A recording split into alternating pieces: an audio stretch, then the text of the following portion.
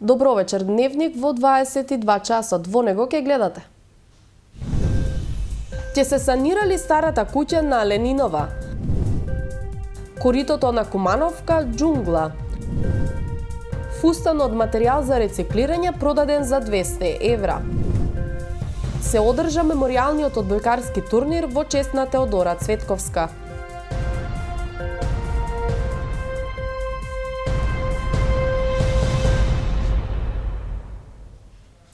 Дел од улицата Ленинова веќе 3 дена е затворена за сообраќај откако минатата недела старата куќа на аголот почна да се распаѓа по обилните врнежи. Надлежните и денеска не презема активности за нејзино санирање или рушење, бидејќи не ги пронашле сопствениците. Веќе подолго време оваа руинирана градба е опасност за граѓаните и околните објекти. Трет ден дел од улицата Ленинова во центарот на градот е затворен за сообраќај поради опасност руинираната куќа во секој момент да се распадне. Освен што се поставени повеќе ленти за обезбедување на просторот околу објектот и сообраќајни знаци кои ги насочуваат возилата кон соседната улица, надлежните се уште не стапиле во контакт со сопствениците на куќата за да се договорат какви мерки да преземат понатаму.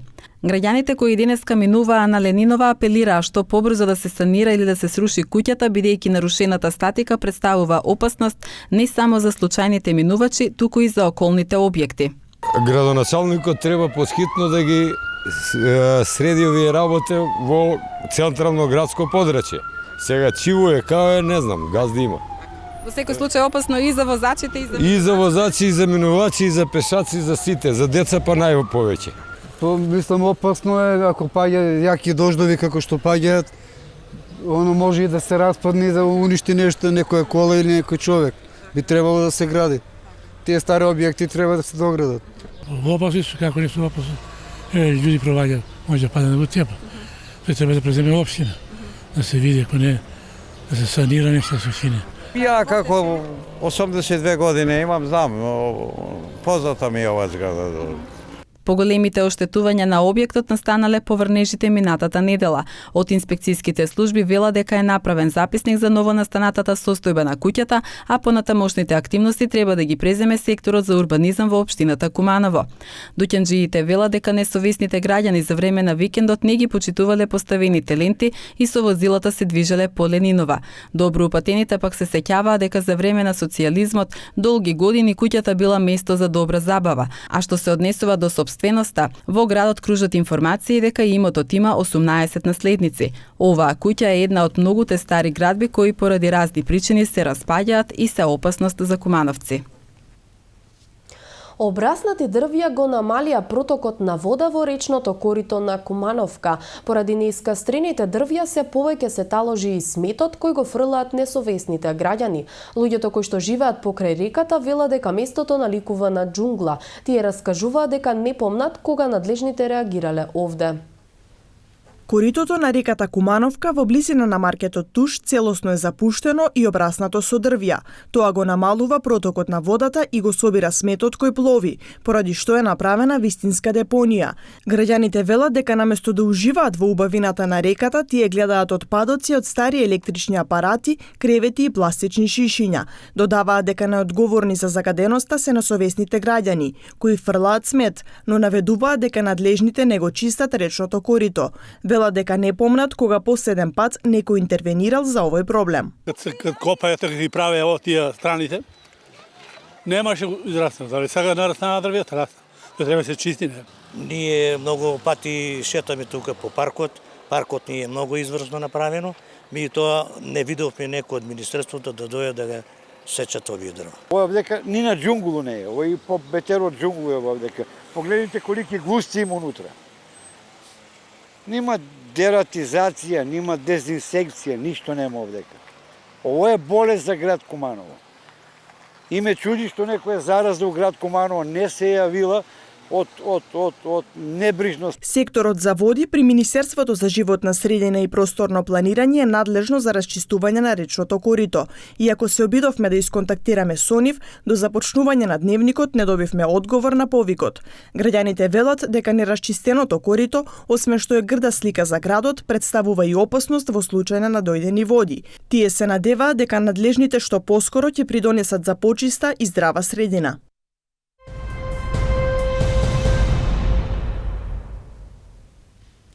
Во Министерството за внатрешни работи е формиран штаб за заштита од можни напади на избеганите терористи. Како што пренесуваат националните медиуми, подигната е безбедноста и мобилноста на полицијата, зајакната е безбедноста на објектите на МВР, но и на личности и објекти што ги обезбедува полицијата.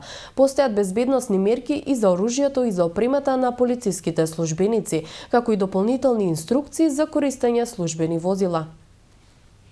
Расчистена е истрагата во врска со бегството на терористот кој на полицијата и го покажа скриеното оружје близу Гошинце, а потоа избега.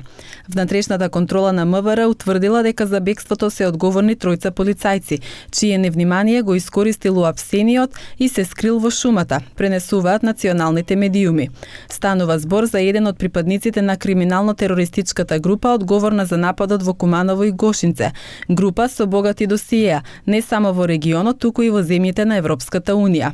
Постои опасност нивни членови кои избегаа по акцијата на МВР во Куманово да се обидат да вршат напади на објекти и лица во Македонија. Затоа, според оперативните сознанија на МВР, е издадена инструктивна телеграма во која се прецизирани мерките што ќе се преземат за заштита, не само на припадниците на МВР, туку и на вработени во јавните институции како што се обвинителството и судот. Во таа насока, подигната е безбедноста и мобилноста на полицијата, зајакната е безбедноста на објектите на МВР, но и на личности и објекти што ги обезбедува полицијата. Постојат безбедносни мерки и за оружјето и за опремата на полициските службеници, како и дополнителни инструкции за користење службени возила. Ки се врши и зајакнат надзор на северната граница и тоа не само на премините, туку и на местата околу границата, како и напуштените објекти во близина, што би можеле да се користат за престој на лицата блиски до криминално-терористичката група. За координација на сите овие активности формиран е и штаб во Министерството за внатрешни работи, пренесуваат националните медиуми.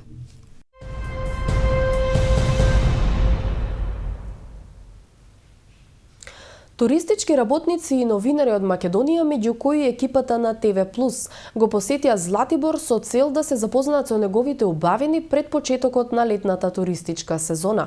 Златибор е најпосетуваната планина во Србија со над милиони туристи годишно. Во 2013 година Златибор одбележа 120 години традиција од организираниот туризам.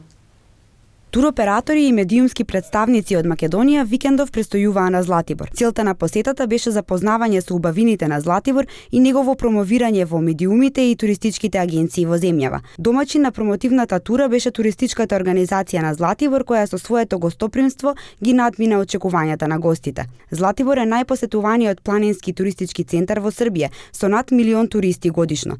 Во 2013 година Златибор одбележа 120 години традиција на организиран туризам. Pa Zlatibor zaista ima dugu tradiciju u turizmu, 122 godine. Znači od 1893. godine se smatra organizovanim bavljenjem turizma, inače i ranije je bilo nekih početaka.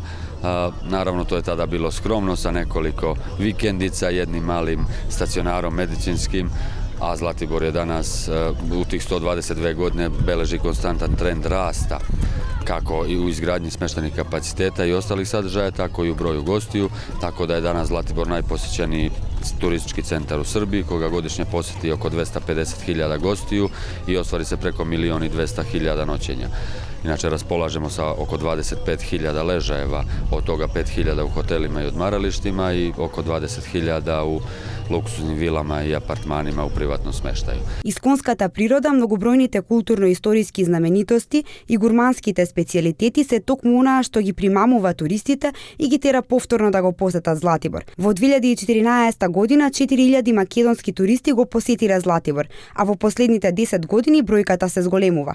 Златиборската туристичка организација има добри резултати од промотивните тури, бидејќи добива ефективна реклама низ медиуми и полесно ги продава туристичките aranžmani. Mi smo javno preduzeće opštinsko koje je zaduženo za promotivne i marketinške aktivnosti Zlatibora kao destinacije i mi se trudimo da promovišemo to u pravom smislu od nastupa na sajmovima, berzama, raznih prezentacija koje organizujemo kako u Srbiji, tako i u zemljama u okruženju, znači na nekim interesantnim tržištima za nas. To su štampa flajera, kataloga, informatora, nastupi u raznim emisijama, organizovanje tura novinara i turističkih agencija i zaista na taj način pokušavamo da predočimo naše potencijale i da olakšamo turističkim agencijama iz tih zemalja da lakše mogu da prodaju naše aranžmane organizovane. Во октомври, туристичката организација на Златибор планира да ја посети Македонија за да ја промовира зимската сезона и да понуди пласман на туристички аранжмани. Туристите го посетуваат Златибор во секој период од годината, бидејќи располага со богата туристичка програма која ги задоволува сите вкусови и генерации. Фустан од материјал за рециклирање кој го изработија учениците од земјоделското училиште Киро Бурнас беше продаден за 200 евра на аукција во резиденција на швајцарскиот амбасадор. Тоа беше највисоката цена што ја постигна некој модел на манифестацијата, која се одржа по повод Светскиот ден за заштита на животната средина. Фустанот од употребен материјал го купиле од приватно училиште за да го украсат. Дизајнот насловен пеперутка што танцува, изработен од учениците на Киро Бурнас со материјали за рециклирање, е продаден по највисока цена на аукција во резиденцијата на швајцарскиот амбасадор. На манифестацијата Треш мода, која 5-та година поред се одржува во Македонија, училиштето учествуваше токму со овој дизајн од стари копчиња, патенти, циркони и други материјали, кој беше избран во најдобрите 10 што подоцна беа продавани на аукцијата со почетна цена од 70 евра. Проектот е дел од програмата за интеграција на еколошката едукација во македонскиот образовен систем под покровителство на швајцарската амбасада во Република Македонија.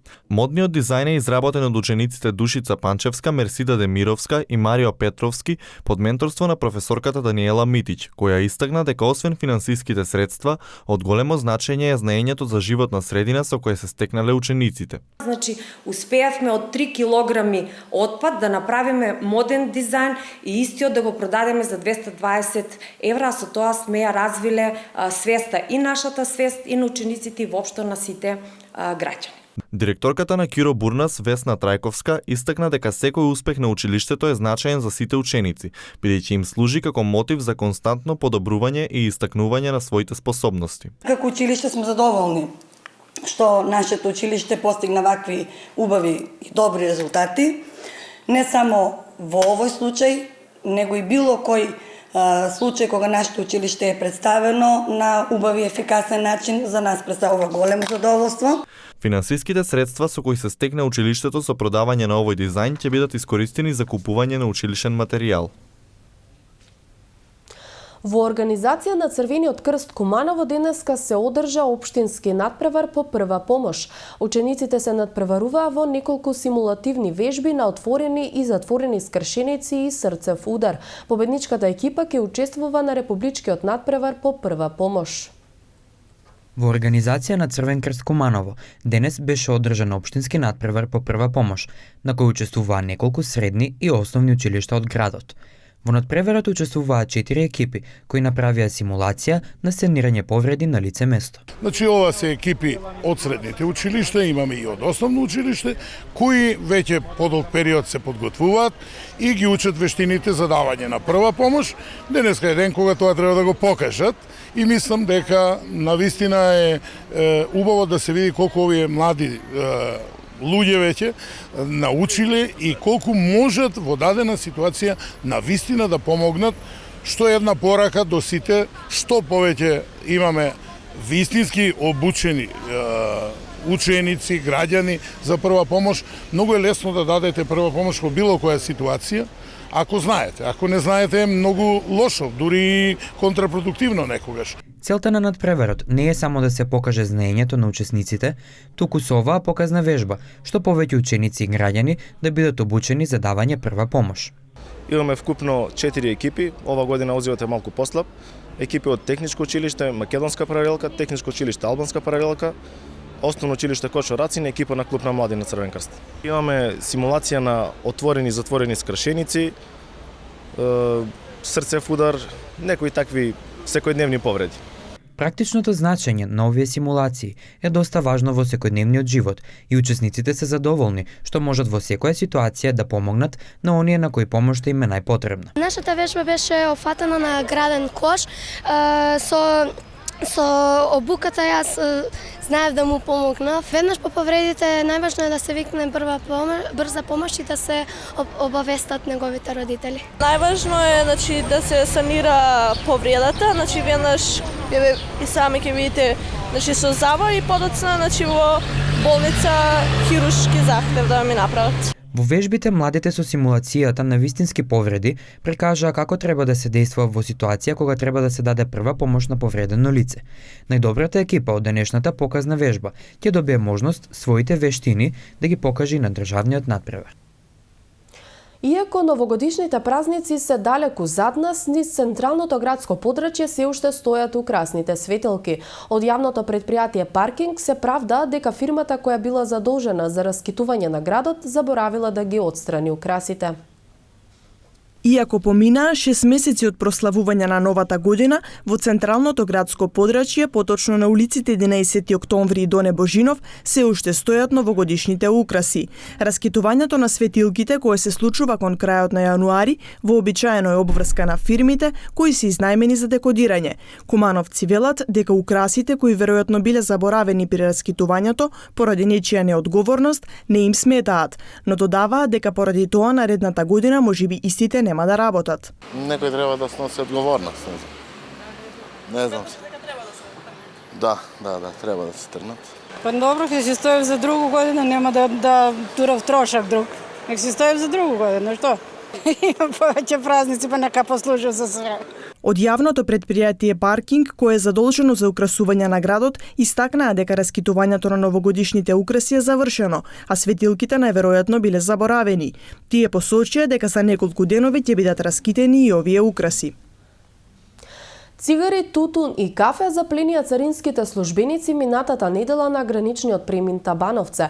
Најдени се 92 штеки цигари Монте Карло, 57 Палмал и Бонд со македонски акцизни маркички, 39 кг сецкан тутун, 17,4 кг кафе Грант и Франк и 58 чифта влечки. На железничката станица Табановце при контрола на повеќе црни кеси, сопственост на тројца српски државјани, патници во воз што се обраќал на релација Скопје-Белград.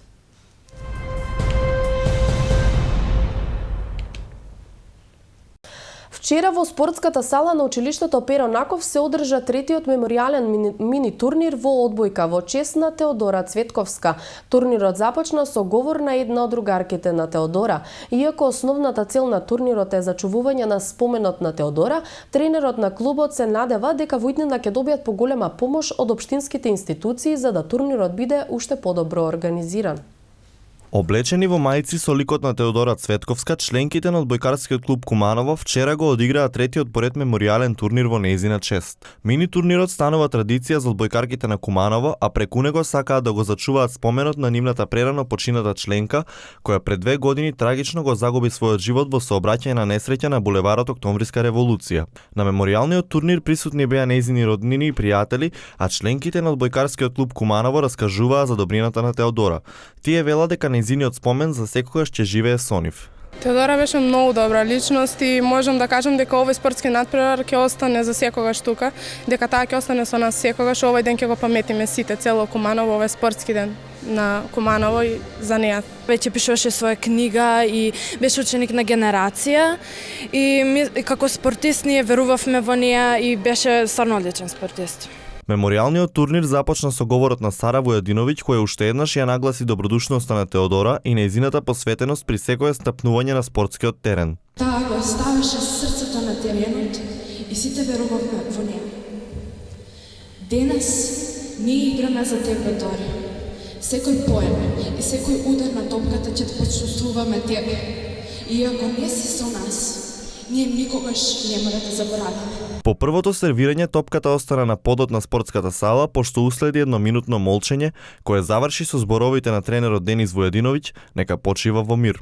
Тој вели дека за организирање на меморијалниот турнир им биле потребни околу 2 недели, а зачувувањето на споменот на Теодора била главната мотивација на одбојкарскиот клуб Куманово. Тој додаде дека секој обид да се потполни нејзиното место бил неуспешен. Тешко е да се надомести индивидуа, знаете сите дека нели индивидуат си е единствена единка. Едноставно Теодора беше дете со своји предиспозиции, мило, едноставно тивко, така да многу тешко. Војадиновиќ наведе дека меморијалниот турнир веќе станува традиција и истиот ќе се организира и во годините што следат. Тој се надева дека во иднина одбојкарскиот клуб ќе најде на поголема помош од општинските институции за да може турнирот уште подобро да биде организиран. Екипи од 4 градови во Македонија во спортската сала на основното училиште Христијан Карпош учествуваа на ракометен турнир на кој победата во финале ја однесе екипата од Виница. Под мотото Куманово сака ракомет, во организација на ракометниот клуб Христијан Тодоровски Карпош и Општинскиот сојуз на спортови, во спортската сала на основното училиште Христијан Карпош, вчера се одржа ревијален турнир во ракомет за младински категории. На турнирот учество земаа 4 екипи од Виница, Гостивар, Скопје и Куманово, со машки и женски состав од 8 до 12 годишна возраст. Турнирот започна со надпреварот помеѓу домаќините и екипата од Гостивар, каде ракометарите од Куманово извојуваа победа и се пласираа во финалниот дел, каде беа совладани од екипата на Виница со 12 поени разлика. Нашата школа постои од октомври минатата година, значи ние сме млада школа која сме во склоп на ракометна академија Вардар и имаме таа чест да представуваме ние од Куманово како Вардар академија. Значи тоа е школа која има свое име, која има свое презиме, која сигурно ќе ги побуди свеста на кај родителите. Сакам тоа посебно да го напоменам, бидејќи нашите деца тренираат редовно и сите тренинзи ги одвиваат со 3 тренери на секој тренинг. Целта на турнирот беше да се обнови некогашната традиција, кога вакви надпревари се одржувале во Соколана секоја година, но и децата да го почувствуваат надпреварувачкиот карактер на спортот.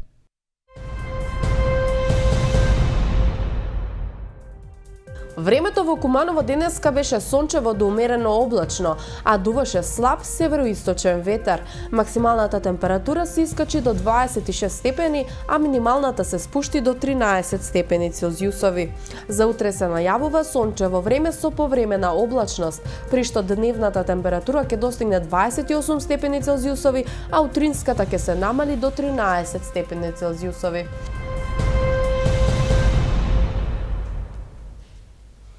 Ова беше последната информација во Дневникот. Ви благодарам на вниманието и ви посакувам добра ноќ.